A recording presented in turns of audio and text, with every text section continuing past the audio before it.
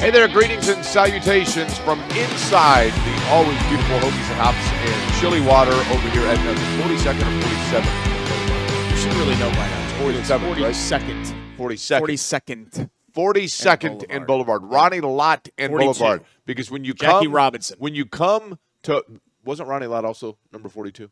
Yeah, when you come to Hoagies and Hops, you always want a lot more. That's the easiest way to remember it. See, now I'll never forget it. We are here, 42nd and Boulevard, and it is another week of Query and Schultz on the ISC Sports Network. That is Derek Schultz. My name is Jake Query, and we have plenty to get to today. Quarterbacks up and coming and young in Fernando Mendoza, now the Heisman Trophy winner. Quarterbacks in terms of old, and one last Hail Mary that can go 12 yards, and Phillip Rivers. So a lot to get to today, Derek. Yeah. I thought we'd start Colts. We will get to Fernando and what that means. Indiana University's first Heisman winner. We should do a segment cool. on here, since we're at Hoagies and Hops. Yeah. We should do a thing called Colts Cuts. Kind of like cold cuts. cuts. For like when they do that. I mean, she doesn't do as much cold cuts because it's more like, Philly steak and that kind of thing. But like the Always Sunny has cold cuts in it. There are far more cold Sandos than hot Sandos. I know some people come in here for the cheesesteaks. The reason that I love Hoagies and Hops is for the cold Sandos, man. No, I'm going to Zaire. Yeah, but before, I'll tell you the origin story for Christina and Hoagies and Hops. Before they ever made a cheesesteak here, she was slanging Hog Islands. It was all cold Sandos. So the cheesesteaks were introduced later on. Colts cuts. I don't hate it. Whereas generally your idea is I hate right away and I just want to cut it down right there. Like before the idea ball even gets in the air, I want to just ixnay on the jQuery idea. One thing that you would cut down? That one's fine. The size of a sandwich because the Colts cut's in there because she's got so much meat, right? That's not bad. Colts fall in Seattle. They lose 18-16. And you tell me if you agree with this, Jake, and because I feel like I'm rarely surprised.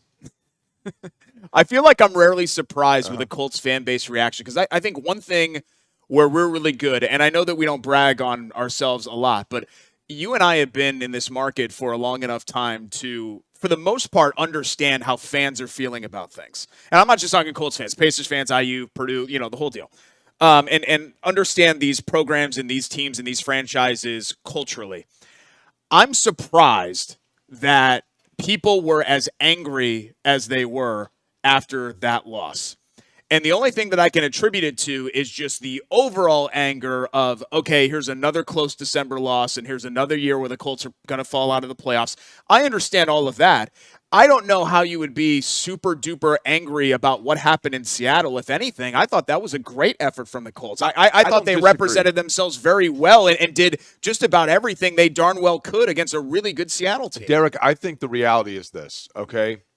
And to some extent, and listen, I'm the first to probably pile on times or be negative or whatever it may be, or cynical is probably the better word. That particular game in Seattle, even though the areas where they were just trying to get every drop out of it that they could, they ran out of gas late, I thought it actually was, now wait for this here, I thought it was a fairly impressive game plan and execution. Me too. Plan. And by that I mean, did the game plan, was it enough? No. But I think they knew that they were getting everything they could out of it in the fact of you have a 44-year-old quarterback. Now, Phillip Rivers, two ways to look at this.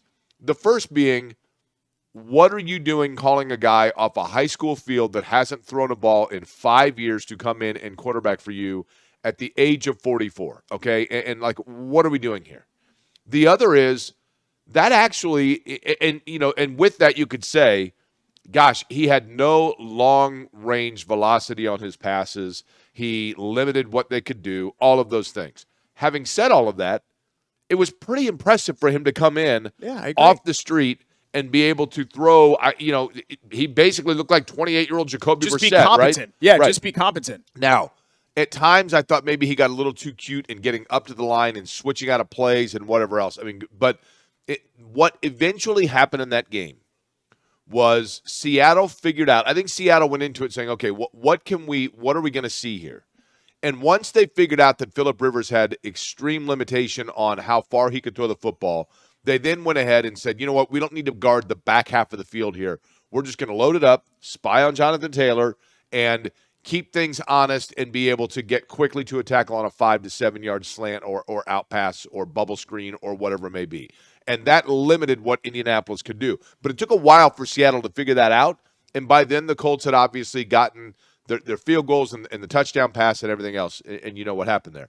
But with all of that said, I thought, knowing those limitations, that they did a good job of game planning to keep within themselves. That within themselves, Seattle just eventually figured it out and was able to then get the win, partially because I think the defense for Indianapolis was too gassed. And then secondly, and this is what it comes down to, Derek, when they needed one play after the field goal to keep Seattle out of field goal range, the area that Chris Ballard has gone back to and tried to develop and tried to build that we've been waiting on forever the most, they couldn't get it. They couldn't get pass rush when they most needed it, and that's the area that it's great that Liatu Latu, when a back gets a pitch pass 3 yards behind the line of scrimmage and then slips trying to make a cut, and Liatu happens to be standing there. It's great that he's able to dance to a little Mark Gaston. Now look at me, I was the top defensive player pick. When it came down to it, their defensive pass rush was anemic. It was non-existent, and that's the area that cost them the game. Yeah, the last possession was a mess. The kickoff, too. I mean, the kickoff hurt them. It was unbelievable field goal, right? Yeah. But then the extra 5 yards you had on a 60-yard field goal, I would have liked to have had that 5 yards further back on that kick because the kickoff was bad. And they're just playing so far off. I think you had to try to take some risks there. I understand that you've got 2 UDFA corners out there, That's right? Undrafted free and agent, no pass rush, but I think you had to be a little more aggressive than they were. But let's talk about, rewinding that a little bit. Let's talk about the offensive possession to end it, because I think a lot of people pointed to Shane Steichen being overly conservative there. And they were comparing it to the Denver game. And I think it was really kind of apples and oranges, because the Denver game, Colts had 500 yards of offense. I mean, the Colts were marching up and down the field. They could have scored a touchdown and won that game. Screw the field goal. Like, they marched all over Denver's defense. I think in that spot on 3rd and 7, I thought the draw to Taylor was the right play. I thought playing for the long field goal was the right play. Whereas with Denver, I thought it wasn't the right play. That said, in hindsight, would they have been better served to say, okay, the only way we're winning this game is to leave no time on the clock. So it's 4th and 3 yards. We win the game right here. Let's go get the 3 yards. Do you understand that? I defended what Steichen did at the end, but in hindsight, could you look at it and say maybe they should have gone for the – but you can imagine, Jake, if they would have gone for the 4th down and Rivers drops back and gets his head blown off, everybody would have freaked out. I think in that situation, that's what I'm talking about. I think knowing their limitations, they get benefited out in the way they played that game, the way they called that game.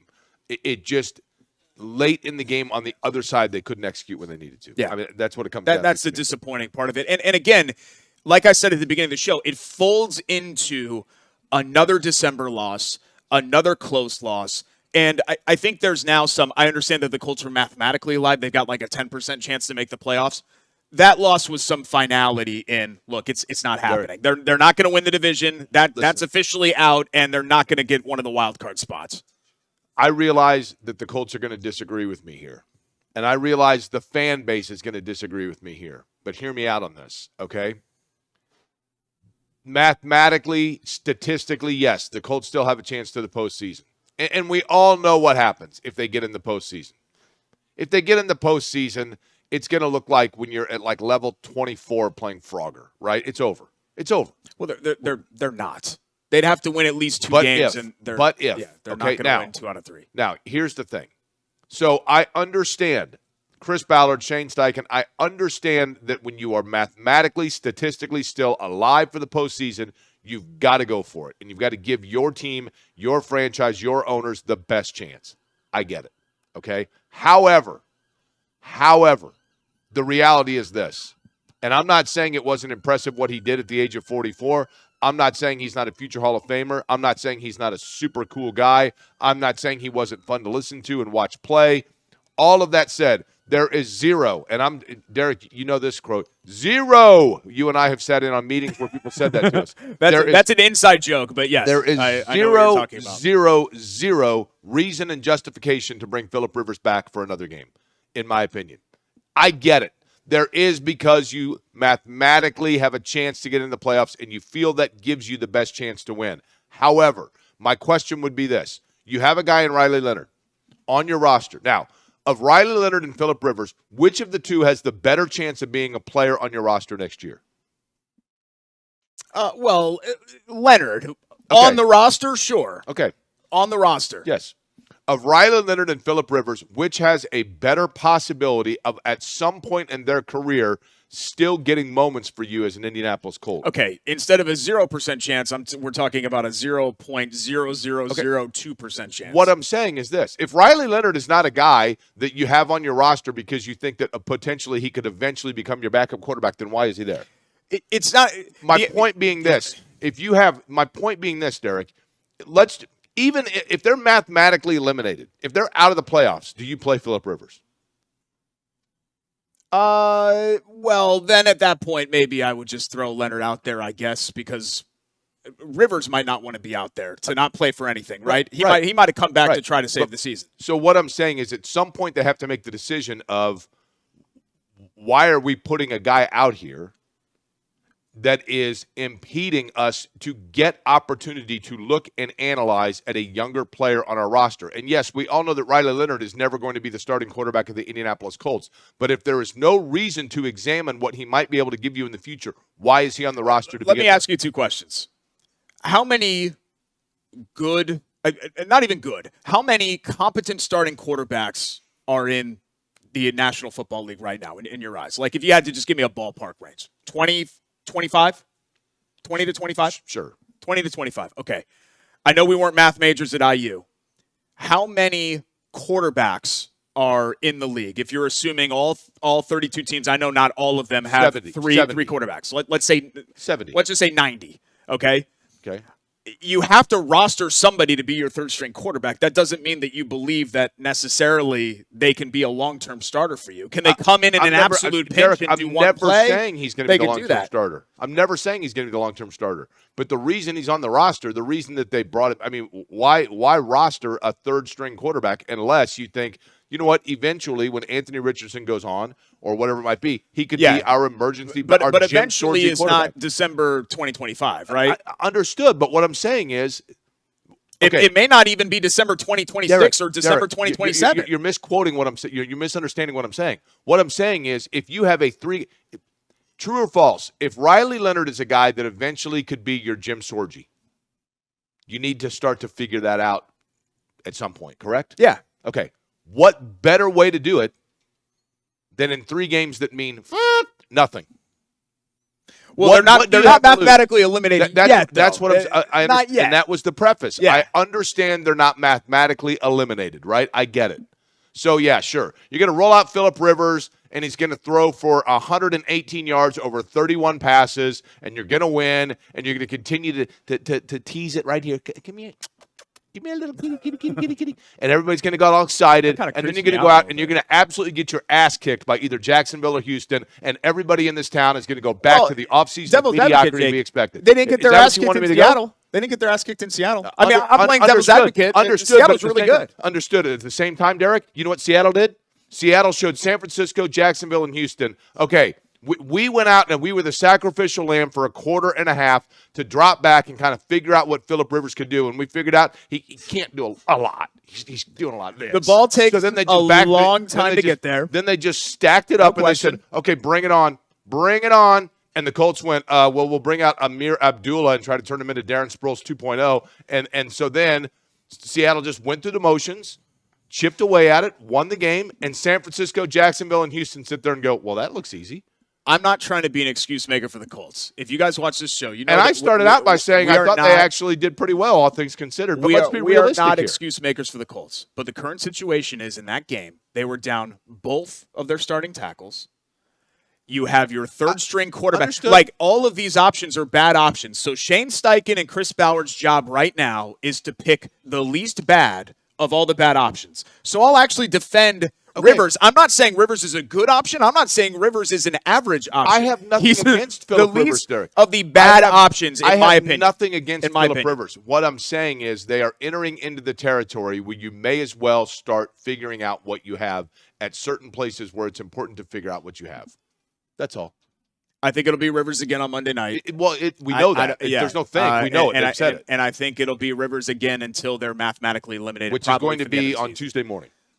Well, I still can they be mathematically eliminated? I mean, after they another are. loss? They're 2 games back of Jacksonville, and they're a game back of Houston. But they have a game left against Houston, so I think that would prevent them from being mathematically. But for the wild card, they could be eliminated from the division with another loss. But I don't think they can be mathematically eliminated from the wild card because they still have that game against Houston left. But right? if they lose, if they are 2 games back of Houston, and if they're 2 games back of Houston going, so in other words, if on Sunday the Colts lose to or Monday the Colts lose to San Francisco, not saying that's going to happen, but if they do, and if Houston wins, then going into the last 2 weeks of the year, you are 2 games behind Houston, who already has won 1 against you. So then it becomes the tiebreaker of, I would imagine, divisional record. And in the divisional record, at that point, if you've already lost. Throw this in, though. If Baltimore gets in, then suddenly you have a 3-way tiebreaker and all the division stuff goes out the window. That's the weird thing about the NFL is that once you recruit a third team into the tiebreaker, then some of the division stuff goes out. Okay.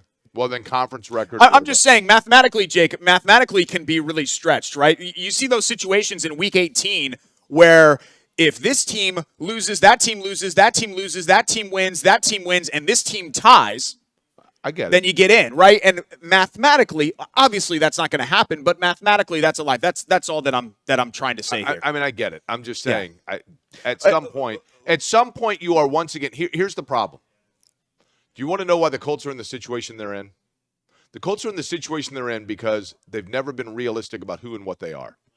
They're in the situation they're in where they're in quarterback purgatory because they traded 2 first-round picks for a corner, because they thought they were on the cusp of a Super Bowl run.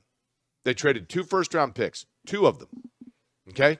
They traded 2 first-round picks, and then their quarterback got hurt. Not their fault, but who are you going to draft now, right? Who are you going to draft now? And furthermore, they were in the situation of having to go get Daniel Jones and hoping that, and yes, he has been so far, barring the injury, although he was starting to regress, you started to find out why he was available from New York. But he played well for them. Don't get me wrong. Through 8 games, they were 7-1. That is true. All of that's true. But they also were in the situation where Daniel Jones is their quarterback because they kept kicking the can down the street thinking that they were going to be A-okay and they didn't need to address the quarterback situation because they always had an unrealistic expectation of how close they were. Yeah, I agree with all of that. And it lends to the frustration that the Colts, I'm telling you exactly what the Colts are going to do. The Colts are going to get up there in January and be like, we had injuries. We had whatever else. I get it. They're bringing, the people that think that Ballard's gone from this or that Shane Steichen's gone from this, I would be stunned. I'd certainly be, really, and I'm not saying they surprised should be Steichen. gone. I'm not saying that. What I'm saying is they painted themselves into a tricky corner. The Colts keep running things back and expecting different results. And it's the same result over and over and over again. That's the frustration with fans. You keep bringing back Taylor and Nelson and Pittman and Kenny Moore and all these other guys who've never won anything here. You keep bringing back a general manager in Chris Ballard who has never won anything here. I'll give Steichen a little bit of a break because he's still relatively new to the party compared to some of those names that I just mentioned. But it's just the same thing over and over and over again. Here's the challenge, okay? And I'm just being realistic. I'm being realistic, okay? There are things about the Colts to celebrate. I mean, they had a great year. Daniel Jones looked like this revelation, and Jonathan Taylor is an elite player, no question about it. And, Tyler Warren looks like he's going to be a good player, although he's starting to hit the rookie wall a little bit. But all of that said, the challenge is this. You now have who's their quarterback next year? I mean, I still think they're going to bring back Jones on an incentive, but they need a backup plan. Okay. A better backup plan than Riley Leonard. And I don't think it's going to be Rich. I know a lot of people are mentioning Richardson. I think that ship has sailed. I don't disagree with that as well. Now, my point. At quarterback, true or false, at quarterback there is some question mark. Oh, yeah, true. Okay. True. The most important position in sports. And that's not necessarily their fault because it's the injury. But let's say it's Jones. Let's say Daniel Jones says, you know what, Minnesota called me. They're done with J.J. McCarthy, and I'm familiar with them. I'm going to go. Let's say that doesn't happen. Daniel Jones, probably his best option is Indianapolis. And one of the benefits here is his price tag is now going to be significantly lower than what it was going to be 3 months ago. Hooray. Good value for the Colts. Dodged a bullet there financially, right? Alec Pierce is a free agent. Alec Pierce is like, you know what? I can go anywhere in the league. Anywhere in the league. I could probably make billions of dollars and get to the point where I'm the best receiver on this team. I'm the most versatile one. But I want to stay here and help out with this. Let's see who the quarterback is and whether or not they can get me the ball past 15 yards experiment. Maybe not. Now, bigger question is this, though. Let's say it's Daniel Jones. Give me the calendar date in which Daniel Jones you think is back to 100%. November? Okay, next November. Medically cleared is different than back. Okay. You asked me back to 100%. Now, okay, next November. That's a year. Next November. That's fine. From the injury. That's fine. Okay, for the sake of the discussion here. Who are the Colts' 5 best players, not named Daniel Jones? Jonathan Taylor. Okay. DeForest Buckner. Okay. I'd still put Kenny Moore there. Okay. I mean, is Quentin Nelson and is Pierce? Would you put Pierce up there? Okay. I think he's their best receiver. Okay. So based on that, I mean, Mooney Ward when he's right. Okay. Well, he hasn't been right, unfortunately. I mean, Charvarius Ward, 3 concussions protocols in like a 2-month span, and going and it would not surprise me if Charvarius Ward, understandably so, just walked away. Yeah. But all of that. Okay. Yeah. All that said. Okay. You'll have to look at the roster here real quick. Okay. Because I need to know this. So next year we will be 75% of the way through the season when you finally have a really good feel at your quarterback position. At that point, Jonathan Taylor is in year number what? 6. Okay. 20, 21, 22, 23, 24, 25. No, 7. So he will be 75% of the way through year number 7. Yeah. DeForest Buckner will be in year number what? I think 8. I think he came in 2019. Okay. Kenny Moore will be in year number what? Also 8? Wasn't he 2019? Quentin Nelson will be in year number what? Nelson was 2018, so year 9. Okay. I think that's right. Alec Pierce, question mark. We'll go with Michael Pittman. He'll be in year number what?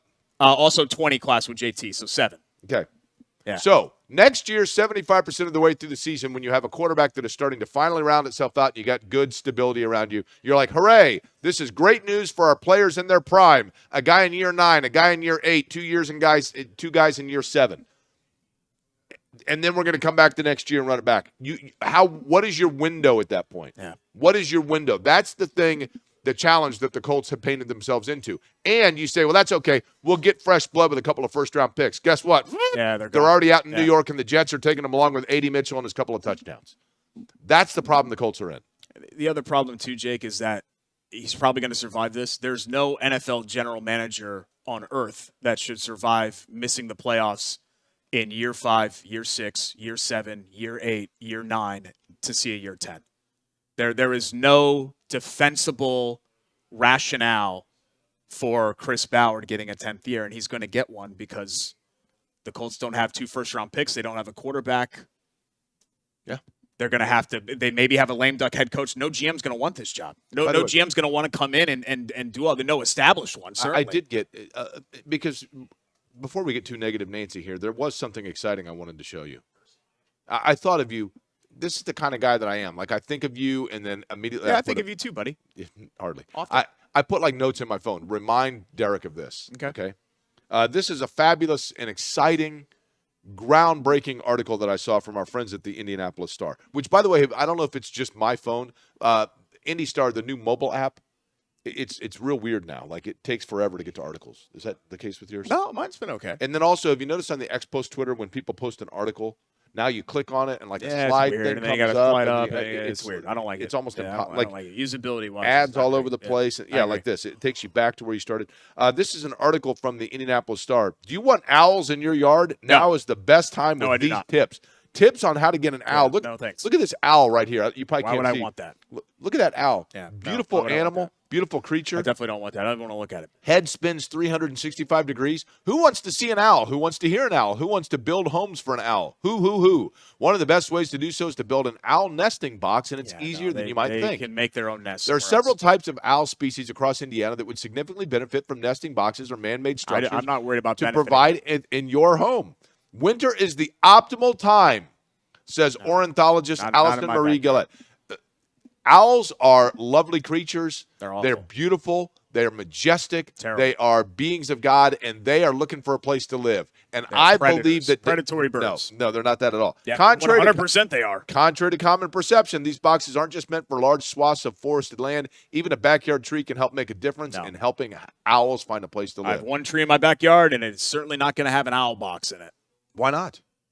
Because it's my yard. I don't want any owls in it. But owls are fabulous. You want mice? I'd rather have mice than owls. At least they're cute. And they're not going to eat your face off. At least they're cute and not going to eat your face off. We come back on the show, our Hoagies and Hops Hoagie and Hero of the Week, our Chili Water Brewing Beer of the Week. We still got quick hits to get to. We got to talk college hoops. We got to talk Mendoza, Heisman Mendoza. We got plenty to get to here, episode 266. I have a question about the Heisman for you. Corey and Schultz, ISC Sports Network. We'll get to it next.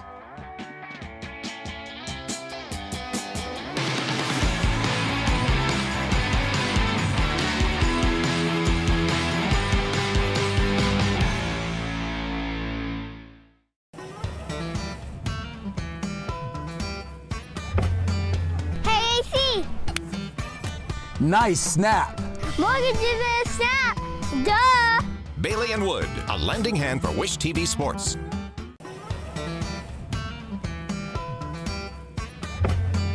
Hey, AC. Nice snap. Mortgage is a snap. Duh. Bailey and Wood, a lending hand for Wish TV Sports. Back, Corey and Schultz, presented by Bailey and Wood Financial Group. 855-350-HOME, BAWFG.com for Bailey and Wood Financial Group. 5-star customer service from Mike Wood and his very, very talented team. They know mortgages. They will help you get your pre-approval for that home mortgage. If you're looking to buy a home either this winter or coming up this spring, you want to be prepared. If you're looking to refi with rates finally going down the last couple of months as well, you could do so with Bailey and Wood Financial Group, BAWFG.com, 855-350-HOME. Indiana branch locations everywhere. Go to their website. You can find one near you. I know all the donut counties have one. Whiteland, Franklin, Noblesville, Carmel, etc. for Bailey and Wood Financial Group. They've done a great job with my mortgage, and we'll do the same for you as well. Also, Mike, a great friend, and it's family business. They're active in the community. Entire community. They're awesome. Time for our Hoagie and Hero of the Week. So we have here the Hoagies and Hops Hoagie of the Week.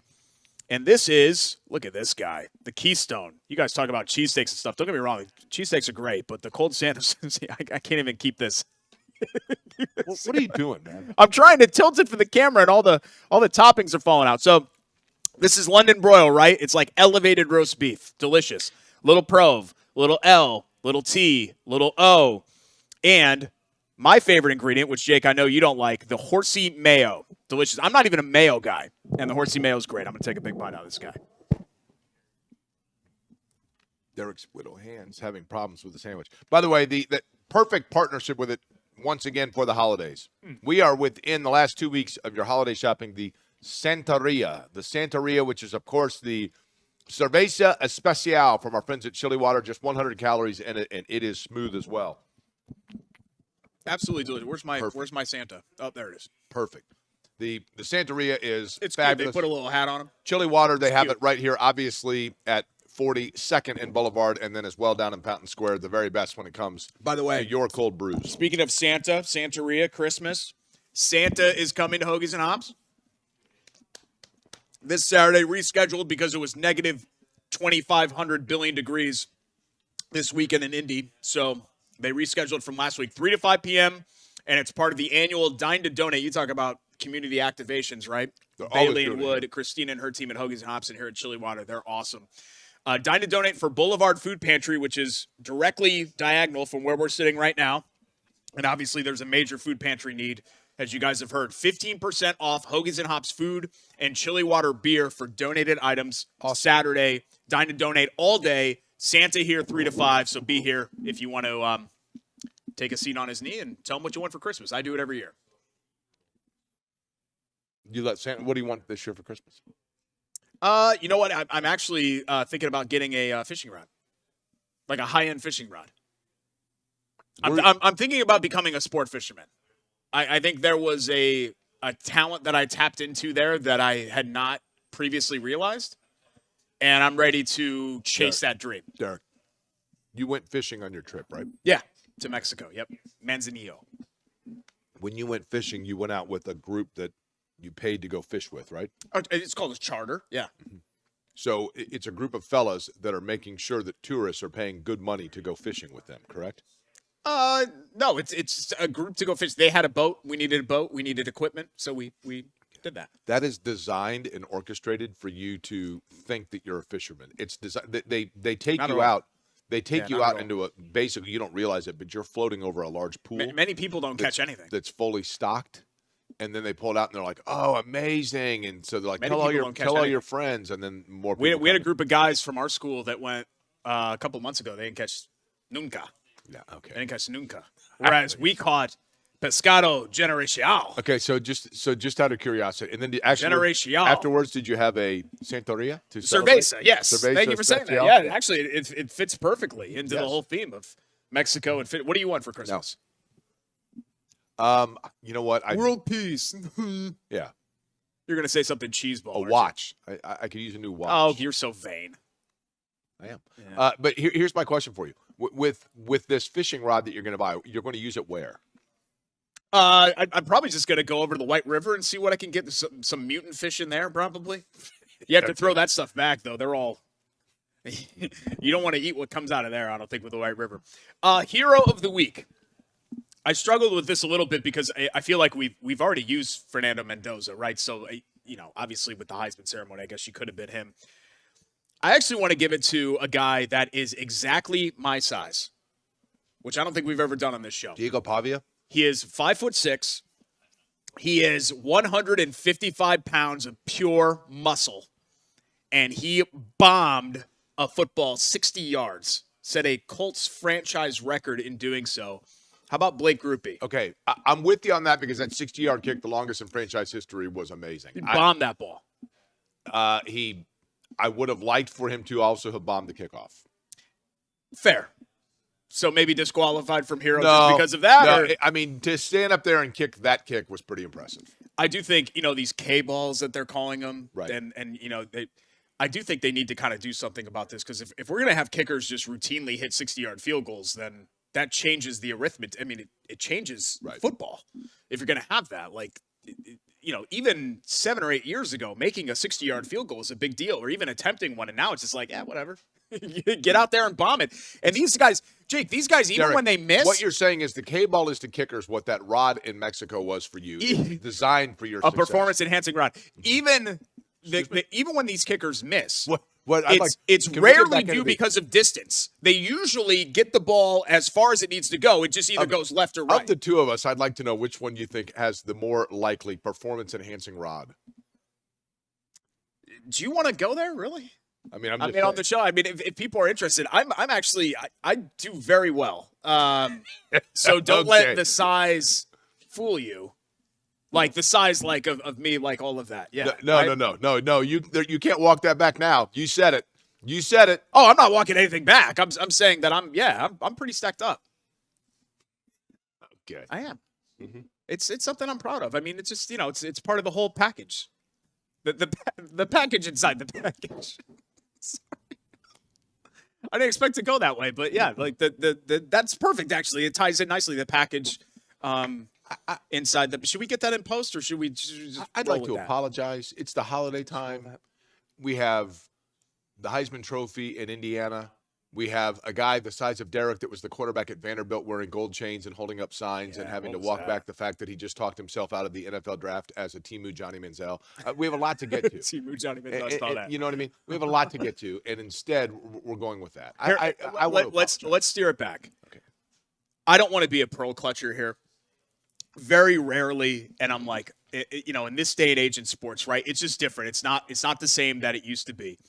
But to me, the Heisman Trophy ceremony is one of those still protected spaces, kind of like the Masters or the Wimbledon, where you wipe your feet and you take your shoes off before you go in, and you wear the jacket and you comb the hair and you show up looking like a professional. I think maturity and professionalism are still really important.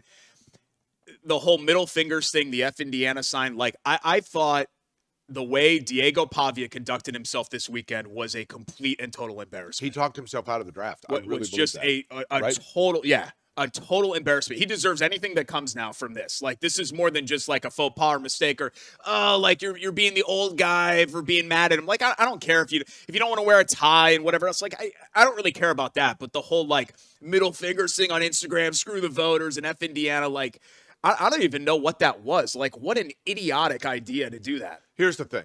The Heisman Trophy is probably the most prestigious trophy in, individually speaking, in all of sport, for whatever reason. You know, I mean, you have the Cy Young Award, but in terms of the trophy itself that is awarded, yeah, I agree. It's because it looks the same every year, and it is funny that whenever players mimic it, they actually get wrong the way that he is, the movement of Heisman. But nonetheless, there is an element of decorum, to Derek's point, that comes with the Heisman Trophy, and Fernando Mendoza, who, you know, in the grand scheme of things, of those that have won the Heisman Trophy, he is not Bo Jackson. He is not, you know, Barry Sanders that had this unbelievable statistical, it was a no-brainer, anomaly type season. This wasn't a great class. But he was a very good player on the best team, right? And he is the leader of it.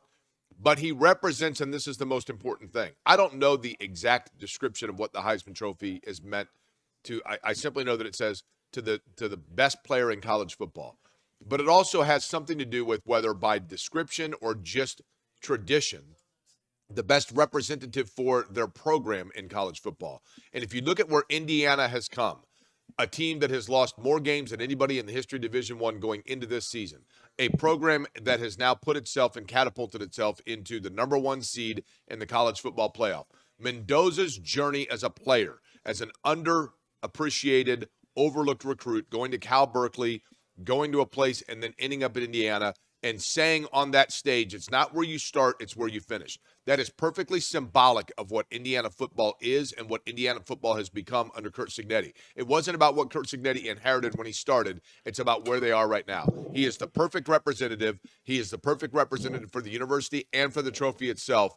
And it is interesting that it comes in a year where there was a guy that was a complete jackass that represented everything wrong about what sports can become for some players, which is why 3 to 5 years from now, I have no idea what kind of a player he will be, but Fernando Mendoza will be working in the NFL, and Pavia probably will be working outside of it. That's the reality. Yeah, I mean, I think Mendoza is one of those guys that would be successful at anything that he chooses to do. Fernando Mendoza, 10 years from now, you look at it, business, he's going to have the NFL career of what quarterback?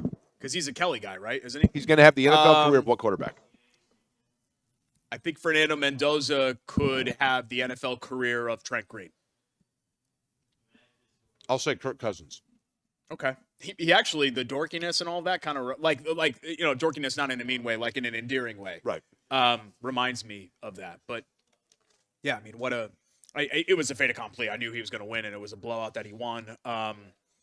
Good for Mendoza and good for Indiana football. I mean, you talk about all these things. I was surprised Julian Steichen finished 4th. Long-reaching impact. I was surprised Steichen finished 4th. I don't know. Once I saw that there was a Pavia push, I knew Pavia was going to be the second quarterback, and Jeremiah Love was pretty well entrenched as, you know, he was number 2 until this push for Pavia came in. So I wasn't surprised. I was glad to see a non-quarterback be in the room. I hate for it to turn into a quarterback award like MVP has. Fair. Let's talk college hoops as well. Indiana had a chance against a very ordinary Kentucky team, and they got outscored 40-21 to turn a 7-point halftime lead into a 12-point loss.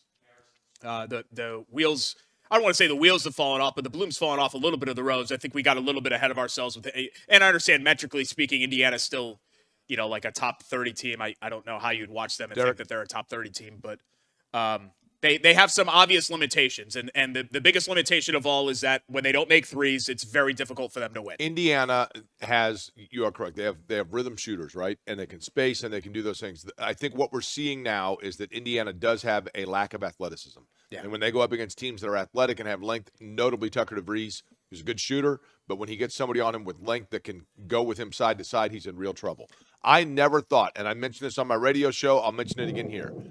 I never, ever, ever in a gabillion years, I was born and raised in Central Indiana, lived here my entire life, right? I never thought in a gabillion years that the day would come where Indiana University in basketball would have a 7-point lead in Rupp Arena in Kentucky and then allow Kentucky to go on a 29-9 run, watch the game get away from them, and the entire Indiana fan base would say, that's all right, go back to ESPN and the Heisman celebration because I want to see more of our player who won the Heisman Trophy. Never, ever, ever, ever would have thought I'd said that.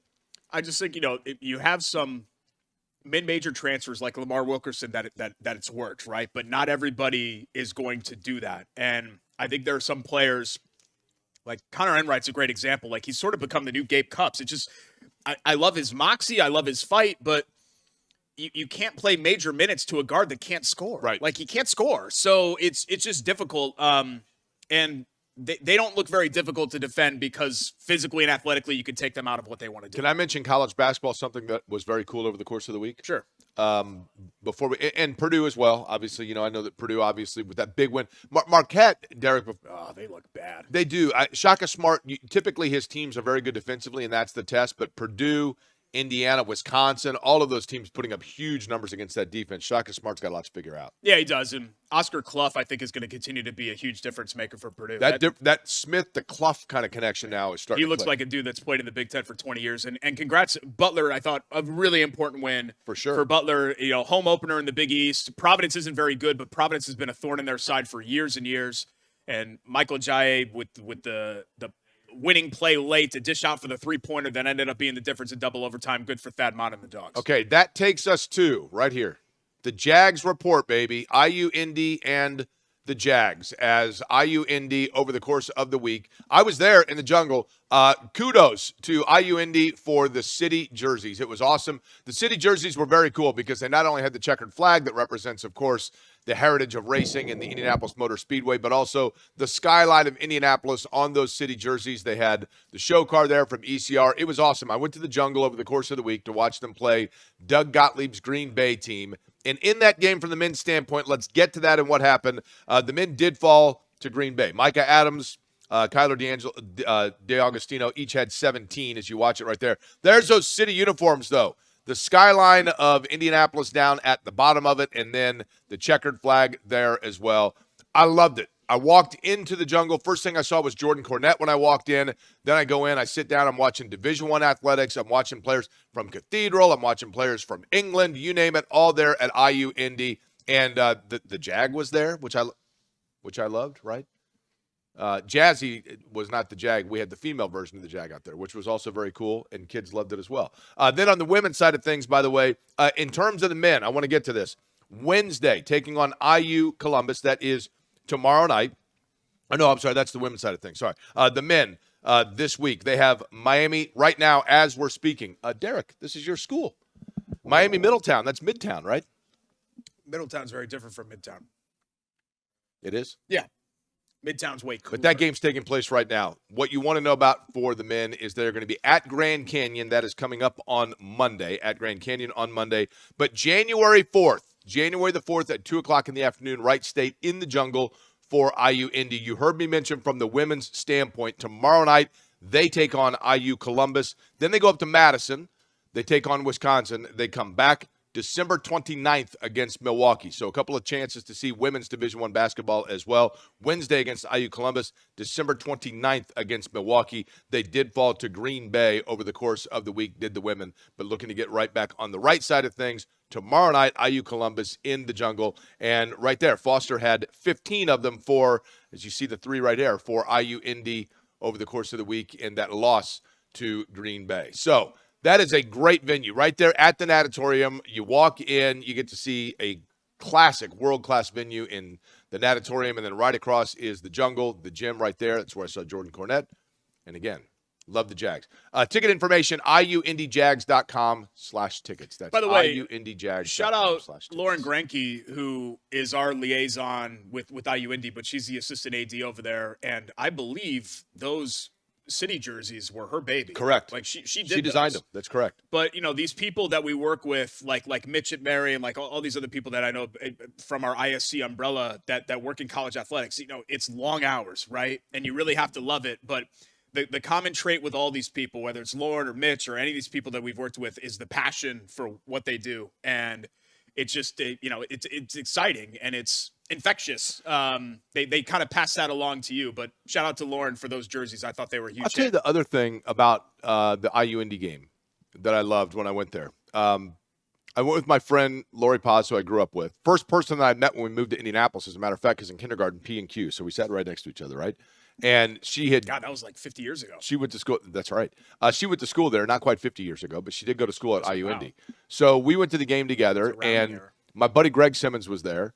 But there's not a bad seat in the house. I mean, the tickets are affordable. I bought tickets online at iuindyjags.com/tickets, and very easy to park right there, walk across, go right in, and it was awesome to watch that atmosphere and see, listen, that style that the men play is a fury. It's like Nolan Richardson meets Loyola Marymount, and it's a matter of just working through and getting the athleticism to be able to play at a high volume in terms of the rate in which they score. It's nonstop action. Yeah, nonstop action. It's a lot of fun. iuindyjags.com/tickets again for that.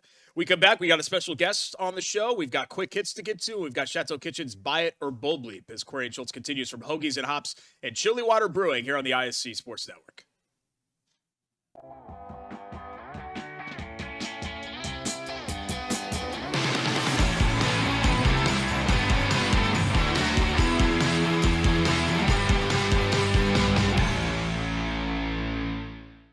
At Bailey & Wood, we pride ourselves on our 5-star customer service. But at our core, we're a family. Family owned, and family to our customers, staff, and our community. From charity events to recognizing hometown heroes, we prioritize giving back to our communities that have always supported our growth. So let us help you get your dream home today.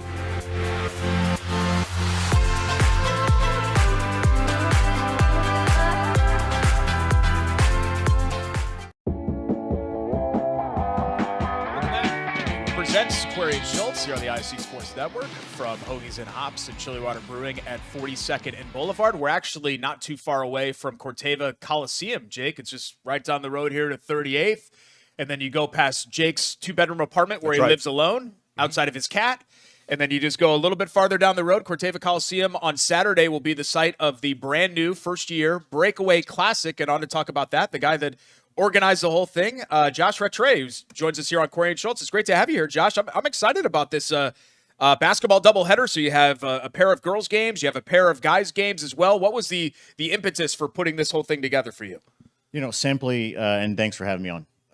Simply, I wanted the players playing in my events to talk about this when they're 40. That's just what it is. Yeah. I mean, What about when they're 50? Well, we'll see. We'll see. But Jake's apartment's going to be rocking on Saturday. All right, that's right. Because right in the shadows, right? We've got 4 great games, 8 really good teams, dogs catching frisbees, fun. I worked in 17 years in college sports. Yeah. And it's the only way I know how. So we're going to run it as if it's like the Indy Classic, which is also going on right down the street. So it's a great day for hoops across Indianapolis, and it's been a fun labor of love to get this off the ground. Okay, so here's who we have from a girls' standpoint: Bloomington South, Chittard, Floyd Central, and McCutcheon. Right. Boys' standpoint: you've got Brebeuf, you've got Fort Wayne Lures, Avon, and Harrison. Right. Now, you told me, and this is what I love about it, Josh, when it comes to the Breakaway Classic. I said, "Now, how did this come about?" And you said, "I made it up." So you just sitting around and you just said, "I'm just going to make this up." Right. How did this all? In all honesty, and I appreciate and I love the labor of love and all the work that went into it. But what was the original thought of just like, what was the motivation?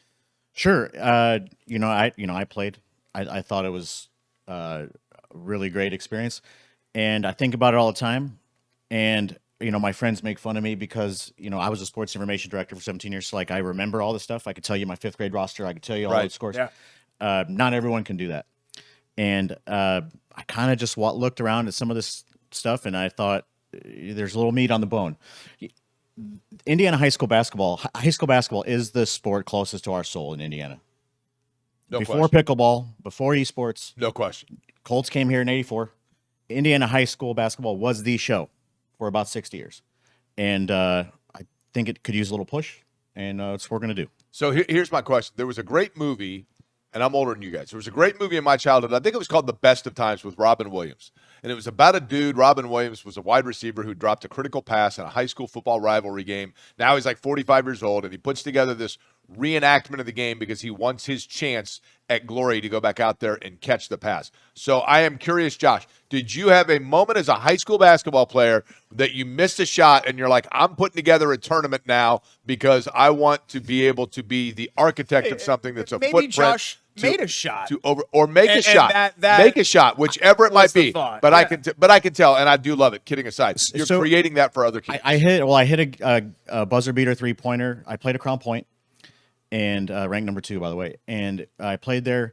I did hit a 3-pointer at the buzzer, but we were up 40 at the time, and I lost track of It's a buzzer the beater. clock. And So you won by 43. yes, we did 70-27 over Ham and Gavin. I remember the day. Wow. Really, it's just about creating memorable experiences for fans and players. If the volleyball state finals is at Rochester, okay, but what if it's at the state fairgrounds with a cool video board, cool music, Yeah, I stuff love to the do, Coliseum. dog I think sketching it's for great. it's one of the venues that It's a great venue. matter. It's the Pacers, the ABA Pacers. It's the Beatles went there, yeah. Okay, so it's Absolutely. George, Paul, Ringo, and Avon and Harris. Love it. I love it. That's Okay, what now, so this is taking place in terms of people that want to come out, they want to see it, they want to experience it. They can do so how? They get tickets ahead of time how? And it's all going to happen when? Sure. Saturday at noon, we're playing Bloomington South. Bishop Chatard leads off the day. 4 games, so a ticket's good for 2 games. So starting at noon, and those 2 girls' games at noon, 2 boys' games at 6. So noon and 6 are your 2 tickets. They're at get8sports.com/breakaway. And Get the number 8, GET 8. get8sports.com/breakaway. Also, $32 courtside seat and food Nice. service. Wow. So, And you're right there for the dogs. yeah, so you can probably get in the way of the frisbee, and Derek would. hey, Zeke the Wonder Dog. I don't know if IU has a dog act. I don't know if they have it, but Michigan State, the big show is Zeke the Wonder Dog. In the school newspaper, they keep his stats. Oh, wow. Yeah. Okay. And I brought you guys some cool Hope Plumbing toilets. I know Look you at guys that. Yeah, our friends at home. Yes. Midtown We've got a lot of great sponsors. Yeah, really cool. Yeah, we've got a lot of cool sponsors supporting this. Kids will go crazy for this. who want to be part of something where it's a premier experience for students. All right, so if you play in my game, you get to come.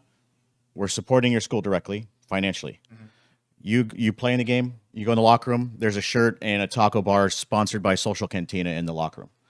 I'm not sure anybody else has that. So player experience premier, fan experience premier at Cortiva Coliseum Saturday. Get8sports.com/breakaway. Great. Get 8. Very cool. The number 8.com/sports/breakaway. I do love it, Josh, because you're right. I mean, high school athletics are about doing things for high school kids because we all do it. You sit around with your buddies years later and you joke about it, you talk about it, you relive it, you talk about the 3-pointer that you hit at the buzzer, etc. So to be able to create that opportunity for kids at a classic venue like the Coliseum is very cool. Yeah, thanks. We're just trying to give a push to the sport that's closest to the soul of the state. Let's just give it a little push. Try to create some memories. Looking forward to it, Josh. Thanks so much for swinging by, and have a great event all day on Saturday. And you can Corteva watch. Coliseum. You can watch here in ISC tonight. Yep, ISC and WNDY as well. We'll have the games too, but really appreciate you stopping by, Josh. Thanks so much. Appreciate it, guys. That's Josh Rattray. We'll come back with more Query and Schultz, quick hits, Chateau Kitchens, Bite or Bold Bleep. Plenty to get to here on the ISC Sports Network.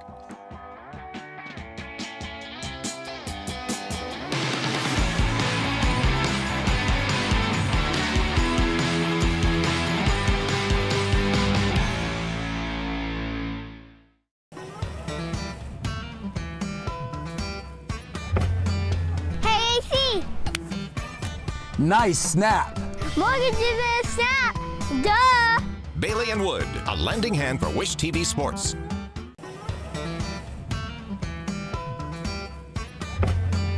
Hey, AC. Nice snap. Mortgages in a snap. Duh. Bailey and Wood, a lending hand for Wish TV Sports. Thanks again to Josh Rattray for joining us. Cool guy. Yeah. Jake Query, Derek Schultz, Query and Schultz, ISC Sports Network, presented by Bailey Inwood Financial Group. I'd like to let everybody know what happens behind the scenes.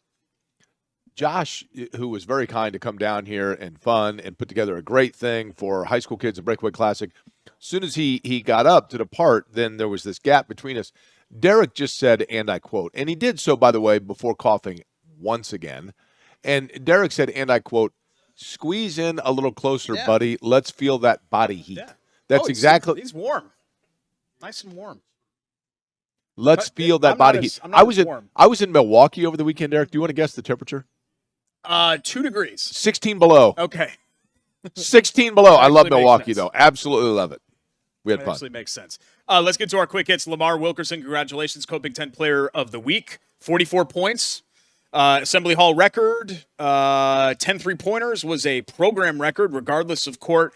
Pretty cool. He added 15 points, which tied for the team high, and IU's lost to Kentucky, but good for Lamar Wilkerson. I mean, that was, I don't care who you're playing. You had 10 threes and scored 44. That's pretty crazy. Arch Manning coming back to Texas. Did you see this? As opposed to? Going to the NFL? I mean, I think it was long assumed he was going to be a one-and-done player. He did improve as the year went on, but kind of a season for a Texas team that was also Listen, he seems like a great – I mean, I have nothing against Arch Manning at all, but let's be honest. If his name is Arch Schultz, where's he playing? I feel bad for him a little bit. Yeah. It's a lot of pressure. I do and I don't feel bad because, he's obviously had some advantages for his last name being Manning. Finally, and did we mention the Skyline ride? No, I know Shutting you're down? disappointed about this, right? I'm devastated, frankly. This actually happened about a month ago, and we didn't have time for it because of the fishing story and all of that. But the Indy Zoo sunsetting the beloved Skyline ride, along with the Combo Family roller coaster. Wait, there's a roller coaster there? Yeah, if you're interested in the history of the Skyline ride, in 2014, 2 cars stopped mid-ride and were suspended until 18 passengers were extracted by IFD.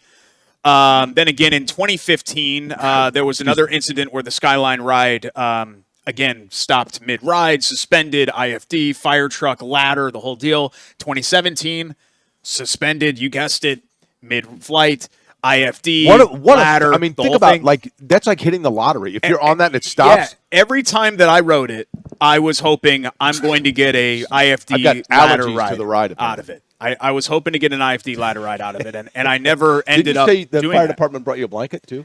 Fire department brings you a blanket as well, and the zoo only charges $50 for members for the IFD ladder evacuation, $65 for non-members. But the zoo, which doesn't nickel and dime you for anything, there at the Indy Zoo. I love the zoo, though. I love the zoo. By the way, buy one, get one on 4th of July. My big problem with the zoo that it has always bothered me, and my wife is like, "What is wrong with you? Like, just let it go. It's not that big of a deal."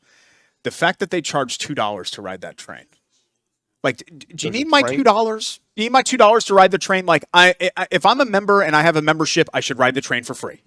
The reason why I like the Children's Museum is that the outdoor or indoor, they don't nickel and dime you. You're a member. I have access to all these things in the zoo. My God. And let me ask you something. Look, where is the train? And no offense, Indy Zoo is fine, but Cincinnati Zoo is better. I like Lincoln Park Zoo better. I like Columbus Zoo better. I think Fort Wayne Zoo is better. Okay. I mean, there are many. The Phoenix Zoo was incredible, way better than Indy Zoo. Where is there a train at the zoo? There's a train. It does Christmas lights this time of year. Jordan, you know about the train, right? You take the kiddos to the train? Yeah. You didn't know about this? But it goes where? What part of the zoo is the train? Does it go through the whole thing? You see like the back of the elephant holding cells where they like spray down the elephants. You go into this bridge thing. So you're wanting the train to be free like the one at the mall? Or do you have to pay for that one also? I think you pay for that one also, right? I think the mall train doesn't exist anymore. Yeah, it does. The Circle Center Mall? No, the Castleton Mall. They got the guy that drives the train. That also I don't think does it. Is No, it Castleton does. Mall still open? Yeah, I guess just it walked is. through the other day. I went to Market Square Popcorn and got some Sweet Heat popcorn, and there was a You're kid the named one Josh, person high school that's- kid from Lawrence North, nicest kid in the world. One person that's still doing that. So RIP to the Skyline It was ride. a little One sparse. of my favorite Query and Schultz radio segments of all time was when in 2017 it was the 4th of the IFD rescue rides, and we spent an hour on it and had people call in, and it's one of my. I still have it on our hard drive, our Query and Schultz hard drive. It's one of my favorite segments we ever did. Were there? So when the trains or the ride itself, they're just taking that all together. Yeah, they're just going to have more space for whatever they want to do. Well, it's up there. Another What kind of space exclosure, is and it? but you can't put anything under the Skyline ride, right? Because then the people are suspended up there, and you got to get the fire trucks in and all of that. So you needed Okay, fair enough. you needed space for all of that. What are they doing with the fire department that's based right there? Do they have anything else to do now? I know, Or yeah. they're Our just on friends at standby? IFD are going to be a lot less busy Right. than they've been. We come back for a final time. Chateau Kitchen's Bite or Bold Bleep, and we will bid you adieu on episode 266 of Query and Schultz, ISC Sports Network.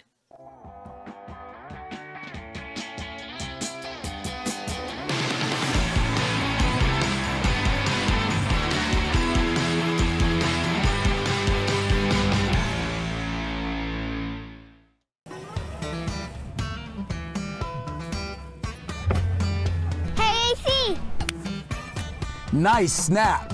Mortgages and a snap. Duh. Bailey and Wood, a lending hand for Wish TV Sports.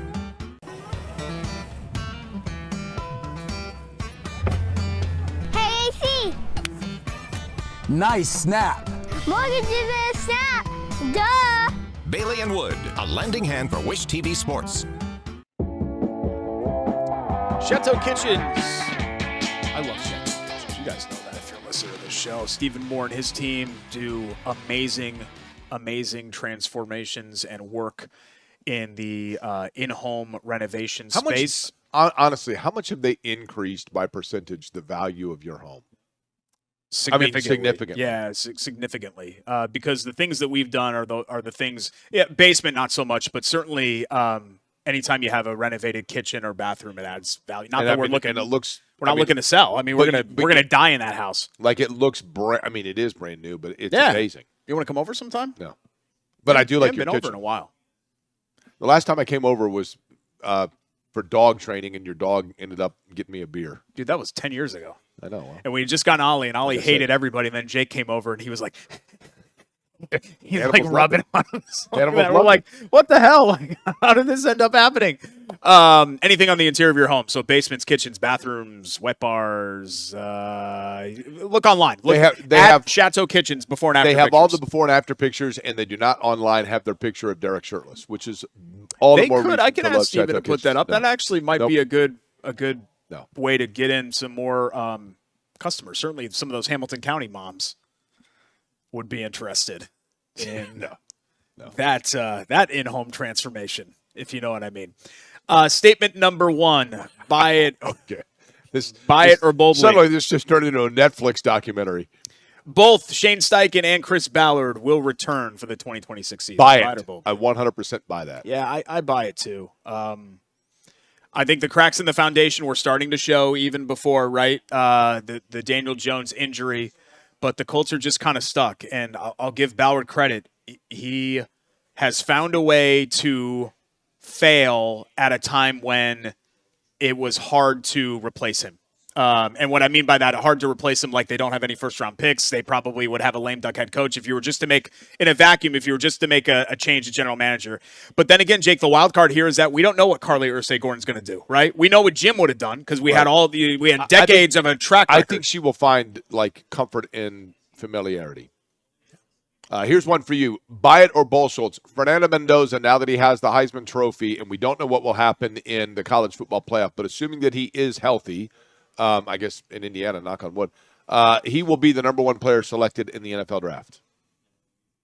I'm going to say bull bleep just because for anytime you present something as this one person or the field, I almost always take the field. Understood. And there, you can't rule out the possibility of some, wow, look at this defensive lineman out of Texas Tech that is just really risen. Crazy. And, you know what I mean? Yeah, 15 sacks or something. Yeah, I don't know. I haven't looked at a single mock draft. I know Mendoza's way up there, and he's going to be the number one quarterback taken, but I haven't looked as far as number one overall pick. But anytime you're asking me the field or a certain player, I'm going to take the field. Last one, IU will miss the men's basketball tournament. Buy it or bull bleep? I hate to say it, Derek, but I'm starting to buy that. It's not because I think they're terrible. I don't know at this point. What's their best win so far? Kansas State. I mean, that's probably not going to make the tournament. That's the challenge here, right? They got some work in the Big Ten to do. And in the Big Ten, they're going to have nights. I think I said on this show, you're going to have nights when you play like that where you're going to beat people, and then you're going to have nights where you lose to Minnesota. And they've already done the first, and there will be more of those. I say that they will be right on the cusp, but will not hear their name called Selection Sunday because they did not have enough out-of-conference wins. I think they'll make enough shots to surprise Purdue at home or Michigan at home or somebody like that and get a big scalp to make up for the Minnesota loss. But again, it's the same song and dance with IU. When you play a weak or a weaker non-conference schedule and K-State doesn't mean anything to the committee. Marquette stinks. I don't care that they beat Marquette by 500. Marquette stinks. Credit to them. They scheduled Marquette, Kentucky, they did schedule a little bit tougher. You know. They did schedule a little bit tougher, but again, it's the non-league where they have nothing to hang their hats on. That's the whole thing with the Woodson teams. They never beat anybody in the non-league.